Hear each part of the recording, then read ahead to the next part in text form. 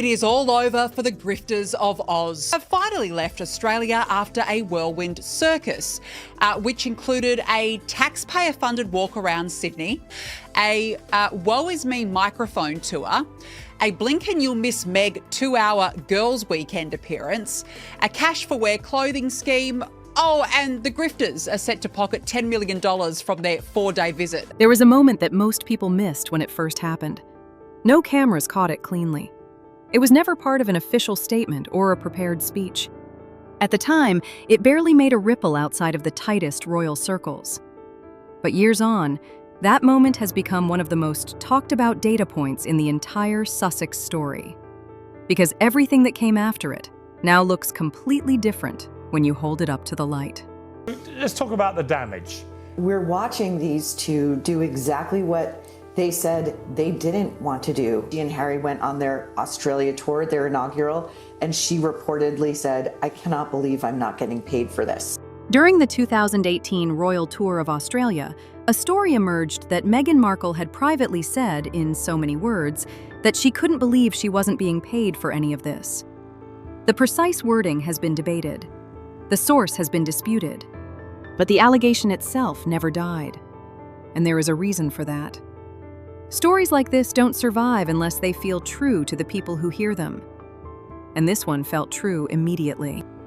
Because if that mindset was genuinely present from the very beginning, then nothing that followed is a surprise. Not the friction, not the fallout, not the exit. It all becomes a straight line drawn from a single revealing moment of private frustration. At the time, none of that was visible to the outside world. What the public saw was entirely different. Meghan and Harry arrived in Australia as the monarchy's most dazzling asset. Newly married, internationally celebrated, positioned as the modern face of an ancient institution. The crowds were enormous. The coverage was breathless. And when the pregnancy announcement dropped mid-tour, it didn't just make headlines, it made history.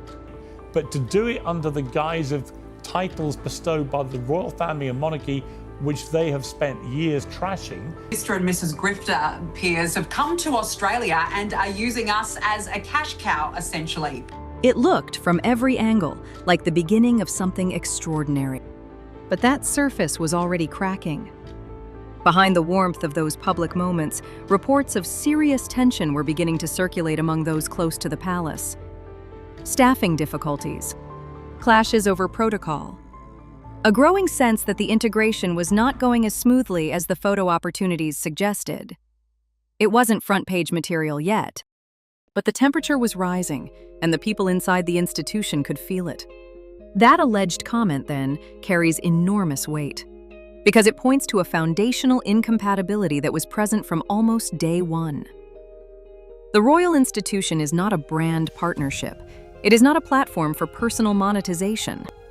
There are no performance fees attached to official engagements. No personal commercial agreements riding alongside palace duties. The entire system is built on service to the institution, not on individual financial reward. If someone steps into that world expecting autonomy, personal gain, or the freedom to commercialize their own image, the collision is not a question of if, it is only ever a question of when. Now, flash forward, and Australia is back in the conversation. But the context could not be more different. They are not wanted.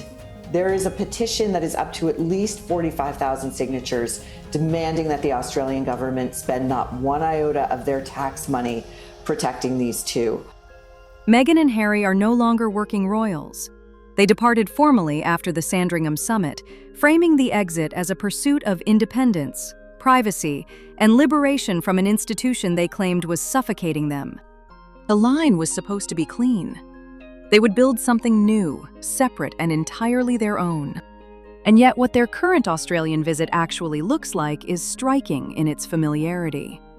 Public appearances, charity-adjacent engagements, carefully choreographed media access. The visual architecture of what they are doing mirrors an official royal tour almost beat for beat. The imagery is nearly identical. The machinery behind it operates on the same logic. The only thing that's changed is who's funding it and who's benefiting. This is precisely where the most serious accusations begin. Critics are not simply arguing that Meghan and Harry chose to work independently.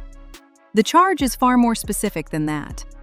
The charge is that they walked away from the constraints of the institution while continuing to harvest the prestige and global recognition that institution built for them. That they are running a parallel operation, something that looks close enough to the monarchy to trade on its power, but operates outside any of its accountability. That is not independence. That is extraction. And you already knew it before anyone said it out loud. Because if it looked purely commercial, the brand collapses. If it looked purely private, the cameras stop following. The only version that works, the only version that generates the attention they need to monetize, is the one that mirrors official royal engagement just closely enough to borrow its weight. And they know it. They have always known it. Now layer that strategy onto the current state of the monarchy itself, and you begin to understand why this is no longer just a personal controversy. King Charles III is leading an institution that is already navigating one of its most closely watched periods of transition in decades. The question of long-term relevance, of public support, of whether the monarchy can hold its authority across generations, those questions are already circulating without any help.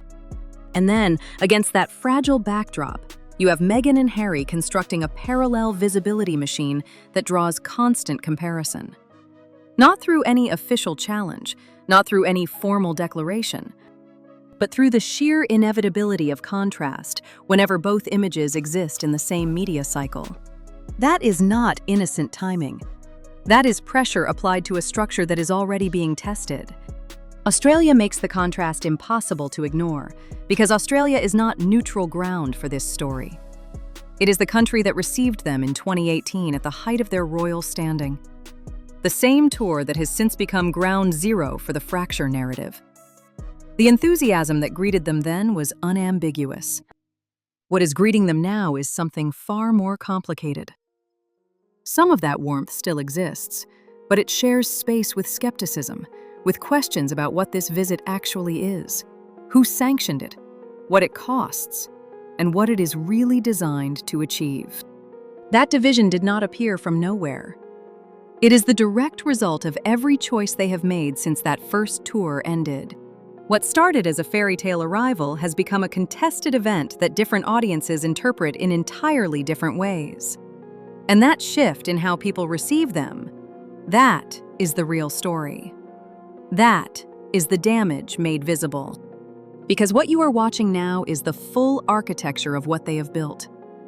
Step away from the institution. Reframe the exit as liberation. Use interviews, documentaries, and carefully managed public appearances to keep the royal framework at the center of their brand, while insisting they have left it behind. Convert that tension into deals, into visibility, into a global platform that runs on the very name and prestige they claim to have walked away from. That is the model.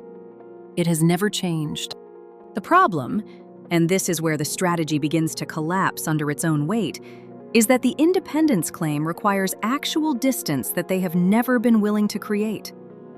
Every time they circle back, every project built around royal experiences, every appearance structured with the quiet formality of an official engagement, every headline that frames them as significant because of what they used to be, it all undermines the narrative they are selling. You cannot market yourself as free from the institution while using the institution as your primary source of relevance. Those two things cannot coexist indefinitely. And the Australia visit is that contradiction made physical. Carefully timed appearances, charitable visits, community engagement framed as meaningful public service, media coverage that carries the weight of official sanction even when none exists. The imagery is almost indistinguishable from what a working royal tour looks like, except there is no accountability behind it, no constitutional grounding, no institution to answer to when the cameras leave. Just two people who walked away from the most scrutinized family on earth and then built their entire livelihood on never actually leaving it behind. You already see it, and so does everyone else. And the accusations do not stop at hypocrisy. They go somewhere far more specific and far more damning. Monetization. Not incidental monetization, not the kind that results naturally from public life, but structural, deliberate, engineered monetization. Every appearance in this framework is not a gesture of goodwill. It is a deposit. Every headline is an asset. Every wave to a crowd, every handshake with a charity representative, every carefully lit photo opportunity. All of it feeds a revenue architecture that runs on one fuel and one fuel only: the public's continued belief that these two people still matter. And they only matter because of what they left behind. Australia is not a coincidence. You have to understand that. Australia is a calculated destination, a market where the royal mythology was absorbed deeply, where crowds once lined the streets for them as members of the institution, where the emotional residue of that association still lingers. The argument being made by critics is that Harry and Meghan are returning specifically to reactivate that residue. To walk back into a room that was furnished by the Crown and then charge admission. Whether you call that shrewd or cynical depends entirely on how much credit you are still extending them. Most people watching this closely stopped extending credit a long time ago. Because this is not the first time the strategy has been questioned. The Netflix deal, the Spotify deal. These were not modest experiments. They were landmark agreements, the kind of contracts that come attached to enormous expectations and enormous scrutiny. And what followed was not triumph. Projects stalled. Deliverables disappointed. Audiences did not show up the way the numbers predicted. Spotify ended. The narrative that Harry and Meghan were serious, independent media operators began to crack under the weight of its own ambition. And the question that emerged from that wreckage has never been fully answered. Without the palace behind them, what exactly are they selling? That question is the one that every new appearance reignites. It is the question sitting underneath every charitable engagement, every public outing, every coordinated media moment that comes out of this Australia visit. The optics of purpose, the charities, the social messaging, the visible empathy, cannot fully obscure the commercial architecture underneath. And the tension between those two things is not a minor footnote. It is the central fault line. The more they perform relevance, the more they expose that their relevance is borrowed. The more they stage these moments of connection, the more they reveal that the connection was never really theirs to begin with. It belonged to the institution. They just wore the uniform. And that brings the monarchy back into the conversation in the most uncomfortable way possible. Because while Harry and Meghan are running their independent operation built on royal adjacency, William and Catherine are doing the actual work. They are not leveraging inherited goodwill for partnerships. They are building continuity, maintaining structure, showing up inside the institution day after day without a production deal attached to every handshake. The contrast is not subtle. It is total. And every time Harry and Meghan resurface for another visibility tour, that contrast becomes sharper, more unflattering, and more impossible to ignore. The monarchy does not need to respond. It just needs to keep existing. And every day that it does, the imitation on the other side of the world looks a little more transparent. Because what Meghan and Harry are doing right now is not just building a life outside the palace. They are attempting to blur the line between what they abandoned and what they are selling. Every appearance is engineered to feel adjacent to royalty, the formality, the causes, the tours, without carrying any of the accountability that royal life actually demands. They want the imagery without the institution. They want the reverence without the rules. And in doing so, they are introducing exactly the kind of ambiguity that the monarchy has spent centuries trying to eliminate. The question of what royal means, who gets to embody it, and who controls that definition, that is no longer a settled question. And Meghan and Harry made sure of it. That ambiguity is not harmless. When public audiences begin to see two versions of the same symbol operating simultaneously, one with constitutional legitimacy and one with a Netflix deal, the clarity of the original starts to erode at the edges. Symbolism is not infinitely durable. It requires protection. It requires distinction. and it requires that there be no credible imitation running a parallel operation on the other side of the world. This is why voices inside royal commentary circles are now pushing for something sharper than silence. Not confrontation. The palace is too disciplined for that. But definition. Hard, unambiguous lines about what the monarchy is, what it represents, and what it categorically is not. Because every day that distinction remains blurry is a day the narrative collision deepens. And that collision is deepening. Make no mistake about the timing of all of this, because this is not happening in a vacuum.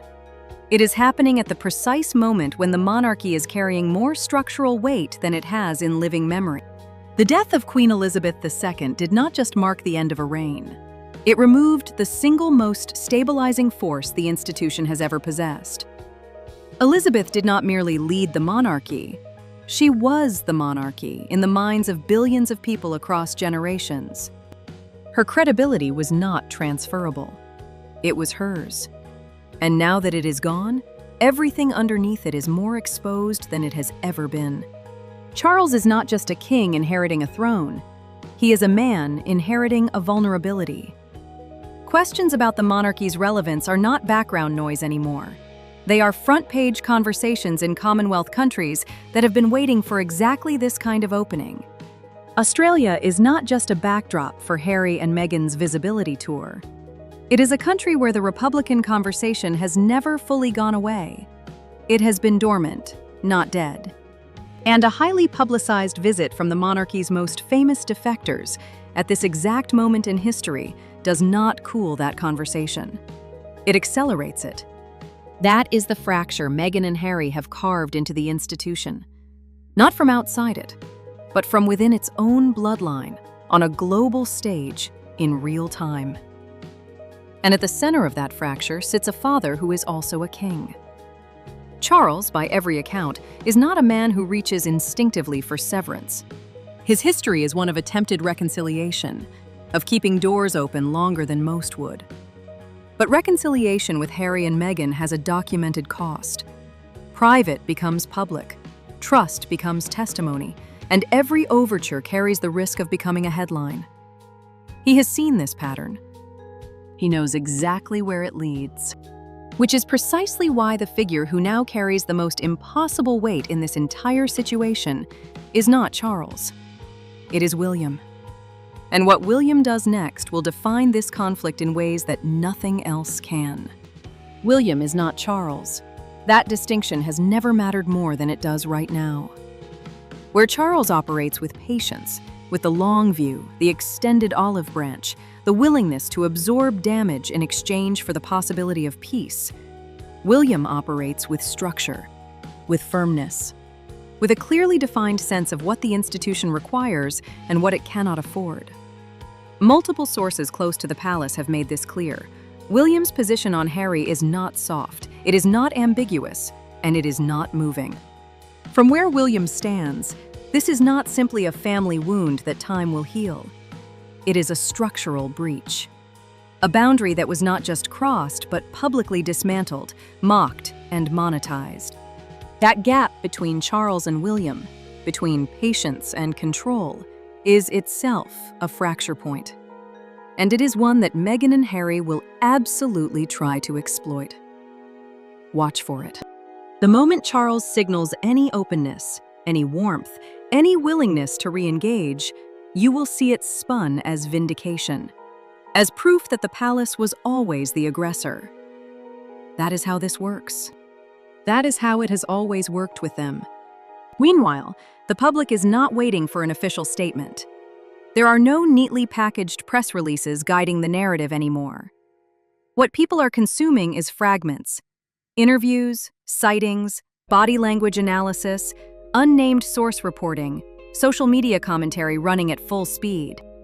And when you assemble all of those fragments into a single picture, what you see is an institution that looks strained. Not broken, not finished, but strained in ways that are visible. And visibility is vulnerability. That vulnerability becomes even sharper when you place it next to what Meghan and Harry project from their side. They operate without protocol, without restraint. They can pivot their messaging overnight, give an interview before breakfast, and flood the media cycle before the palace has drafted a single response.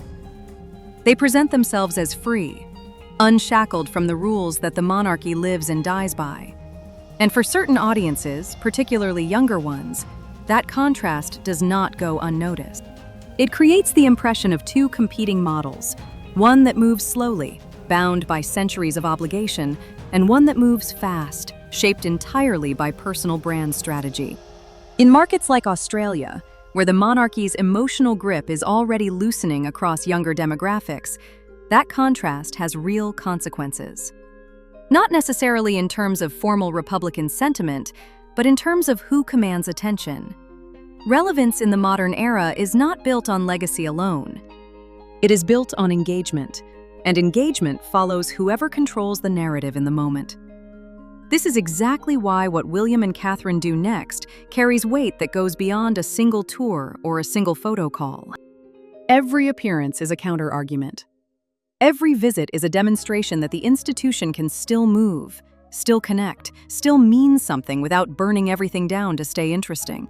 But none of those efforts happen in a clean space. They happen inside a story that is still running. A story with no resolution, no final chapter, and no agreed-upon truth. Every move gets filtered through that story. Every warm reception gets measured against every accusation. Every show of unity gets compared to every documented fracture, which brings everything back to the only question that actually matters. Where does this end? Reconciliation remains a possibility, but it demands a level of discretion from Meghan and Harry that their entire public record argues against. Clean separation is possible too, a hard boundary that removes the ambiguity and stops the bleeding. But that boundary, once formalized, does not come undone. And then there is the third path, the one they are currently on. Parallel existence, no resolution, no closure, just an ongoing tension that feeds the media cycle indefinitely. That last option is the most dangerous. Not because it destroys the monarchy, it will not, but because it keeps the wound open. And an open wound, visible to the entire world, is exactly the kind of story that never stops being told. The institution will endure. It has survived worse than this. But the wound Harry and Meghan have carved into it, through the interviews, the Netflix series, the memoir, the accusations, and now this, that wound was entirely self-inflicted. Every action they have taken since leaving was a choice. Every headline, every controversy, every moment of global embarrassment traces directly back to decisions they made, strategies they approved, and narratives they chose to launch. That is the verdict. Not imposed by the palace, not delivered by the press, written entirely by Meghan and Harry themselves, in every move they have made since the day they walked away. If you've been watching this story unfold, and you knew from the beginning how it would end, you belong here. Palace Leaks covers what the mainstream press is too polite to say plainly. Subscribe and turn on notifications, because this story is far from over, and every new chapter proves the point.